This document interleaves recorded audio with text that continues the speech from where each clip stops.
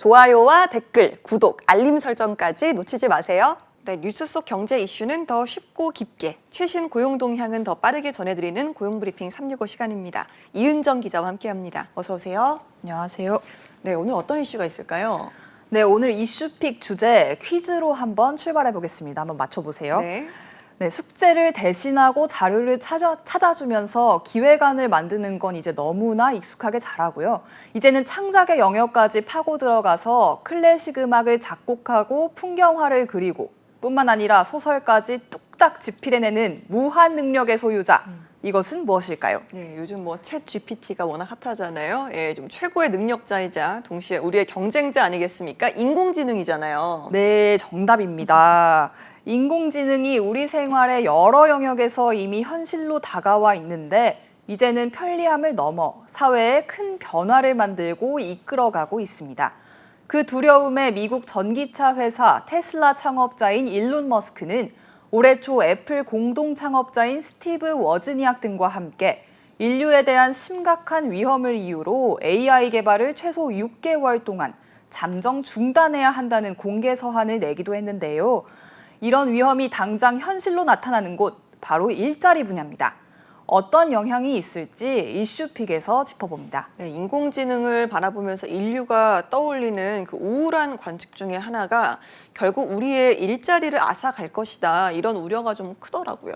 네, 맞습니다. 실제로 미국 작가협회는 AI가 쓴 시나리오 대본 제작의 활용 금지를 요구하며 1개월 넘도록 파업을 벌이기도 했었죠. 미국 인적자원 관리업체인 챌린저 그레이 앤 크리스마스는 상반기 보고서에서 AI로 인해 정리해고된 근로자가 3,900명에 달한다는 집계를 내놓기도 했습니다. 하지만 기술이 인간을 대체할 것이란 걱정은 비단 오늘날만의 우려는 아니죠. 산업혁명 이후 계속된 불안인데 다양한 연구와 통계를 보면 사라지는 일자리만큼 또는 그 이상의 새롭게 만들어지는 일자리도 많았습니다. 예, AI의 발달로 당장 일자리가 줄어들 수 있다라는 우려가 큰데 실제 연구한 통계치는 좀 어떤지도 궁금하네요.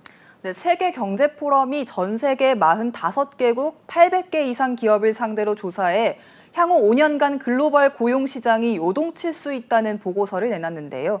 기존 일자리 4개 중 1개가 AI로 영향을 받고 일자리 1,400만 개가 아예 사라질 것이라는 얘기가 담겨 있었습니다. 네, 그렇다면 이런 변화의 흐름에 따라서 어떤 일자리가 새롭게 생겨나고 또 어떤 일자리는 대체가 될까요? 네, 인공지능 관리 사용 등을 위한 핀테크 엔지니어 데이터 분석가, 과학자, 기계학습 전문가, 사이버 보안 전문가 등의 고용이 향후 5년간 평균 30% 이상 증가할 것으로 분석됐고요. 반면 은행 및 관련 사무원, 우체국 사무원, 출납원과 매표원, 데이터 입력 사무원 등은 30% 이상 대체될 직업으로 분류됐습니다. 예, 이거는 전망뿐만 아니라 실제로 현실 속에서 나타나는 일들이기도 하잖아요. 네, 그렇습니다. 특히 지난 5월 IBM 최고 경영자는 앞으로 5년간 7,800개의 일자리를 AI로 대체하겠다고 공식 선언하기도 했는데요. IBM은 사무직 중 정형화된 프로세스의 직무부터 AI를 통해서 일 처리를 진행하겠다고 밝혔습니다. 특정 기업이 구체적인 숫자를 언급하며 사람의 일자리를 AI로 대체하겠다고 선언하는 건 IBM이 최초였는데요. 비단 글로벌 기업만의 일은 아닙니다. 우리나라 음식점에서 자율주행 서빙 로봇이 홀을 돌아다니는 모습은 이제 익숙하시죠?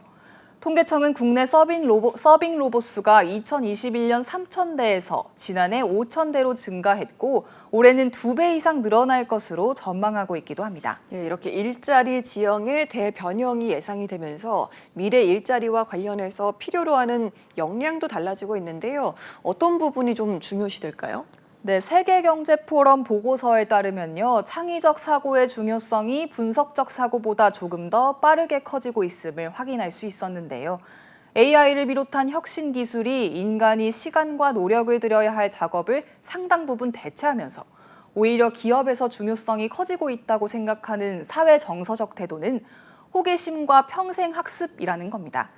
기존의 직업적 능력을 활용할 수 있는 범위가 좁아지고 불투명해지고 있는 상황에서 평생학습 문화를 수용하는 탄력적이고 유연성 있는 태도를 핵심 역량으로 본다는 겁니다. 그렇군요. 창의적 사고가 중요하다. 이렇다 보니까 AI에 대한 사람들의 인식이 어떨지도 궁금하네요.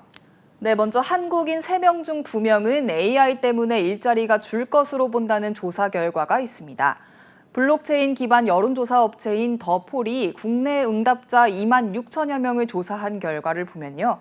전체 59.3%가 일자리가 줄 것이라고 답했는데요. 늘 것이라는 응답은 21.1%에 불과했습니다. 네, 이렇게 AI발 일자리 태풍이 현실로 다가왔습니다. 앞으로는 이런 변화에 어떤 준비를 좀 해야 될까요?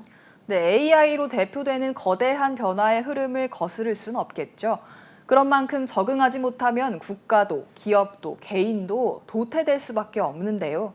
전문가들은 전환 과정에서 불가피한 피해를 최소화하고 기회는 최대화할 수 있도록 노동과 교육 시스템의 전면 개편이 필요하다고 조언합니다.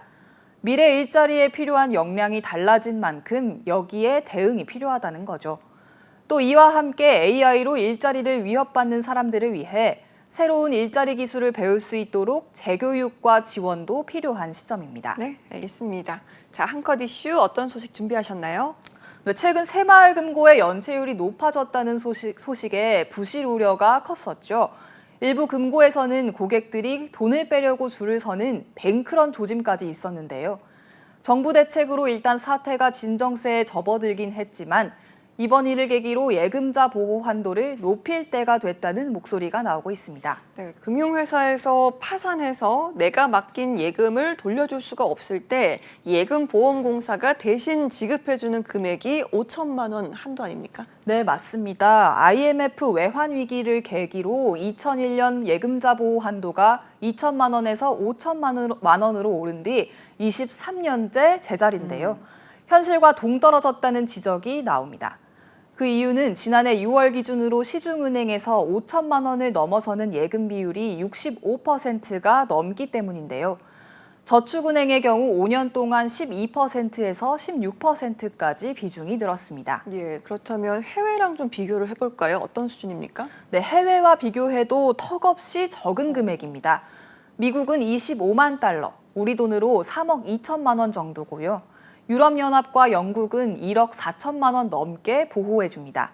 캐나다와 일본도 우리의 2배 정도 되고 중국의 보호 한도도 9천만 원이 넘습니다. 여기에다 1인당 GDP가 2001년과 비교해 지난해 180%나 늘어났는데 한도는 그대로니 이제는 올릴 때가 되지 않았느냐는 목소리가 나오는 겁니다. 그러게요. 변화가 좀 필요해 보입니다. 자, 정부에서도 예금자 보호 한도 올리겠다는 입장입니까? 네, 금융당국 등도 민관 합동 태스크포스를 꾸려서 한도를 높이는 방안을 검토하는 중인데요. 다음 달 제도 개선 최종안을 마련한다는 계획입니다. 정부가 조심스러운 건 소비자 부담 때문인데요.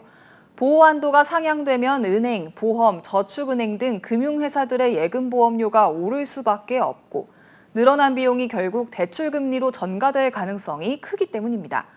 이런 부분들까지 종합적으로 고려해 결과가 어떻게 나올지 주목됩니다. 네, 알겠습니다. 자, 인간만이 할 수 있다고 여겨지던 창작의 영역까지 인공지능이 파고들면서 위협받는 분야들이 점점 넓어지고 있는데요.